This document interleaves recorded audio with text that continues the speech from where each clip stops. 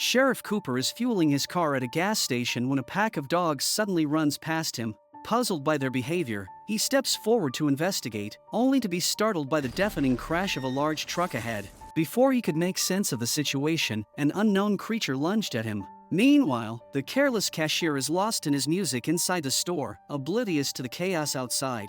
However, the flickering store lights snap him out of his reverie, prompting him to step outside. There he notices the sheriff's wrecked car, but before he can comprehend the situation, the unknown creature attacks him and drags him away. It all began 4 months ago in 1979 when a group of teenage friends, Charles, Preston, Martin, and Carrie, attended the funeral of their friend Joe's mother, Elizabeth, who was crushed in a car accident. On the day of the accident, Joe's mother was covering a shift for her coworker Lewis, who was recovering from an alcohol hangover. Seeking forgiveness, Lewis goes to Joe's father, Jack's house, only to be violently rebuked by Jack, who is a deputy officer, and warned never to return. Meanwhile, Joe is deeply saddened by his mother's death and always keeps her last token, a locket, close to him. Fast forward to 4 months later, these friends decide to shoot a horror movie for an upcoming short film competition called Super 8. However, they're short on a female actress for their movie, so Charles convinces his friend Alice to join their film. However, Alice is none other than Lewis's daughter, who was responsible for Joe's mother's death. Despite their father's animosity, Joe and Alice's relationship is not as strained, as they both understand it was merely an accident. Without informing their families, the friends sneak off to a nearby railway station to film their movie under the cover of night. However, as they rehearse, Charles notices a train approaching from a distance. He instructs everyone to take their positions and prepares the camera, as shooting in front of a moving train will enhance the production value. But as they shoot, Joe's attention suddenly shifts to the railway tracks, and he sees a truck driving on them. Before he can react, the train collides with the truck and gets derailed, prompting all the friends to abandon the camera and flee the scene. In a matter of seconds, the area transforms into a complete war zone due to the many explosives inside the train compartment, creating a series of extremely dangerous blasts that continue for some time. In the chaos, the friends get separated from each other. When things finally calm down, Joe gets up and notices a compartment in front of him shaking as if someone is trapped inside. Suddenly, its door bursts open and flies off into the distance. Just then, Joe's friend interrupts him from behind, and gradually all the friends reunite again. As they look around the mess, they discover a lot of boxes filled with strange white cube-like objects. They have no idea what these things are, but Joe decides to keep one of the cubes. Soon, they find the truck that caused the accident. When they approach the truck, they discover their old biology teacher Dr. Woodward inside, seemingly dead. They find a map in Woodward's hand, and to their surprise, it's a map of the train's route, indicating that Woodward caused the accident on purpose. To their startle, Woodward suddenly regains consciousness. He points his gun at the kids and tells them to run home immediately and never talk about this to anyone, otherwise they will kill their families. The kids become very frightened and jump into their car to escape. Just as Air Force personnel are about to capture them, Alice drops everyone off at their homes, and the next morning, Joe and Charles watch the news about the train derailment on TV. They learn that the police have arrested Woodward, believing that he fell asleep while driving, causing the accident. Charles remarks that the entire accident scene could bring significant production value to their movie, and Joe also likes his idea. However, Charles's camera is broken, and it will take a few days to get it repaired, so Joe decides to use his father's camera instead. Joe then heads to Alice's house to convince her to rejoin them for their film. She is initially reluctant but eventually agrees to join them. Following that,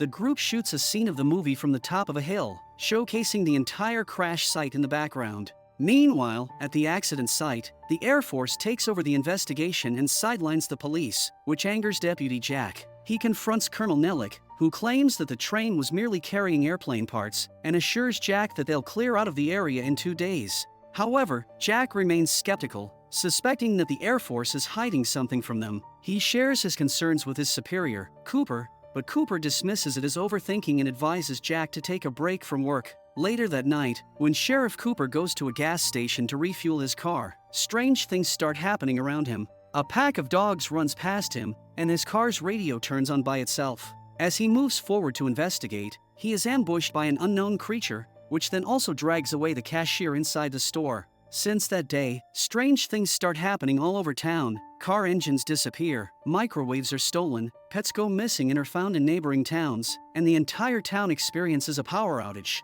These occurrences create an atmosphere of fear throughout the town. prompting Deputy Jack to convene a nighttime gathering with all the townsfolk. The townspeople suspect that the Soviets are behind these incidents, but Deputy Jack assures them that it is not the work of the Soviets and that they will soon uncover who is responsible. During the meeting, a man stands up and mentions that his radio has been malfunctioning for 2 days. Whenever he scans the frequencies, he hears distorted military chatter. Hearing this, Deputy Jack becomes alert and notes the radio frequency. He heads to the police station, turns on the radio, and begins tuning into the frequencies. The chatter is heavily distorted, but they manage to catch a snippet of the military discussing something called Operation Walking Distance. After obtaining this information, Jack heads straight to confront Colonel Nellick in his car. Coincidentally, the kids are also there, shooting a scene for their movie in front of military vehicles as their movie requires it. However, when Jack sees Joe with Alice, he forces Joe into his car, as he disapproves of him interacting with Alice due to her father's involvement in his wife's death. Jack then confronts Colonel Nellick, stating that he knows about Operation Walking Distance and demands to know what's happening in their town.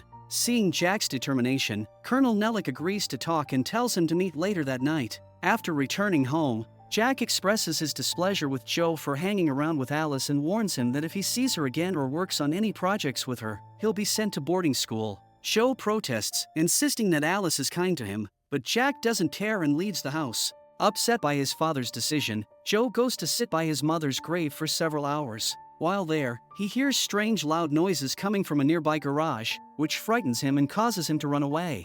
On the other hand, when Jack goes to meet Colonel Nellick, the military arrests him. Meanwhile, Colonel Nellick confronts Woodward, demanding to know where he has hidden his research papers. However, even after enduring torture, Woodward refuses to divulge anything, so they kill him by injecting a lethal dose. Meanwhile, Alice sneaks over to Joe's house at night because they have started to develop feelings for each other. As they share their feelings, the projector in the room suddenly turns on as the power in the town is restored, showing videos of Joe's happy times with his mother. As they watch the video, the cube that Joe had picked up from the train station begins to vibrate. Alice and Joe are shocked, and suddenly the cube rapidly shoots through the wall, breaking it, and heads straight for the town's water tank, as if some magnetic force is pulling it inside. Later, when Alice arrives home, her father shouts at her for staying out too long, leading to a heated argument between them. Upset, Alice begins to leave the house on her bike. Her father tries to apologize, chasing her in his car, but accidentally crashes into another car. Witnessing the accident, Alice stops, but suddenly that same creature emerges and takes her away in front of her father. That same night, under Colonel Nellick's orders, Air Force personnel set fire to the town's forest using flamethrowers. The next day, Charles retrieves his repaired camera and returns home to watch the footage from the station with Joe using the projector. To their shock, they discover a recording of a gigantic unknown creature, captured when they abandoned the camera on the ground. Suddenly, they hear loud siren noises from outside, and upon stepping out, they find the entire town in chaos. Due to a forest fire, the town is being evacuated, and everyone is being directed to the outskirts into a large hall. As Joe and Charles arrive in the hall, Joe approaches Lewis to ask about Alice. Lewis, in a terrified state, reveals to Joe how an unknown creature took Alice away the previous night. Joe realizes that this is the same creature they saw in the camera footage. He informs his friends about it and tells them they need to return to the town to save Alice. However, they need a car to get back to town, which they don't have. Charles goes to his sister Jen and asks her to persuade her one-sided lover Donnie to take them back to town in his car. In exchange, Charles promises to do all of Jen's chores for a month. Jen agrees and asks Donnie for the favor, who happily agrees to help. On the other hand, when a military personnel is moving Jack to another cell, Jack attacks him and renders him unconscious. Jack then dons the personnel's uniform and uses his gun to blast a vehicle outside, diverting the guards' attention before escaping in a car. Meanwhile, Joe and his friends arrive at their school and check the dungeon where their teacher Woodward used to store all his strange items. There, they find Woodward's research papers along with a videotape. They play the tape on the projector and discover that on April 8, 1963, the Air Force captured an alien when its spaceship crash-landed on Earth. The Air Force conducted various experiments on the alien, and Dr. Woodward was part of this operation. One day, during an experiment, the alien manages to capture Dr. Woodward, and through that touch, it establishes a psychic connection with him, expressing its desire to return home. Feeling suffocated by being a prisoner on Earth for so many years, its only wish is to leave and go back to its home planet. However, despite knowing this, Air Force officer Colonel Nellick refuses to help the alien and continues with brutal experiments on it. which results in the alien developing hatred toward humans. Seeing this, Dr. Woodward resigns from the operation and waits for the right opportunity to set the alien free so it can return home. His chance comes when he receives information one day that the alien is to be moved to another location by train. This explains why Dr. Woodward caused the train accident that day. Just then, Air Force officials arrive at the school and detain the children, escorting them onto a bus. The kids fear that the military is going to kill them, but suddenly, the alien creature attacks the bus and overturns it. While Colonel Nelek and other military personnel try to fend off the creature, the kids manage to escape by breaking a window. The alien kills all the military personnel, including Colonel Nelek, before departing. Meanwhile, when Jack arrives at the hall, he asks Preston about Joe. Preston shows him the videotape of the alien creature and reveals that Joe and the others have gone to rescue Alice from the alien. Jack teams up with Lewis, and despite their previous animosity, they set aside their differences and drive toward the town to find their children. Meanwhile, Joe and his friends arrive in town, only to find it has become a war zone. The entire military force is unleashing tanks and missiles everywhere in an attempt to kill the alien. As Joe and his friends try to take refuge in a house, it too gets shot down, injuring their friend Martin. Suddenly, Joe remembers that when he was sitting near the cemetery that day, he heard the alien's screams coming from a nearby garage. Joe and Carrie decide to investigate the garage, while Charles stays behind to tend to Martin. Upon opening the garage door, they are shocked to find a ditch underneath. Despite the risks, they decide to descend into the ditch with the help of a rope to search for Alice. As they touch the ground, they realize it's a tunnel connecting to the town's water tower. As they proceed, they discover all the electronic items that had disappeared from the town, seemingly being used by the alien to construct a spaceship to escape Earth. Additionally, they find the missing people hung upside down by the alien, including Alice. Just then, the alien arrives and begins devouring the hanging humans one by one. The kids devise a plan to distract the alien by setting off firecrackers on the other side of the tunnel. As the alien is drawn to the sound of the firecrackers, Joe rushes to free Alice. They also encounter another girl and the sheriff who had gone missing. However, as they attempt to escape, the alien reappears and grabs the sheriff and the girl, killing them. Just as it is about to kill Joe and his friends, Joe bravely steps forward and tells the alien that he knows it has been mistreated. But that doesn't mean all humans are bad. Moved by Joe's words, the alien lifts Joe up and establishes a psychic connection with him, realizing that these kids are not the bad guys. It gently sets Joe down and leaves. As the kids emerge from the tunnel, they witness all the metal objects from the town, including cars, bicycles, and guns, being drawn towards the water tower,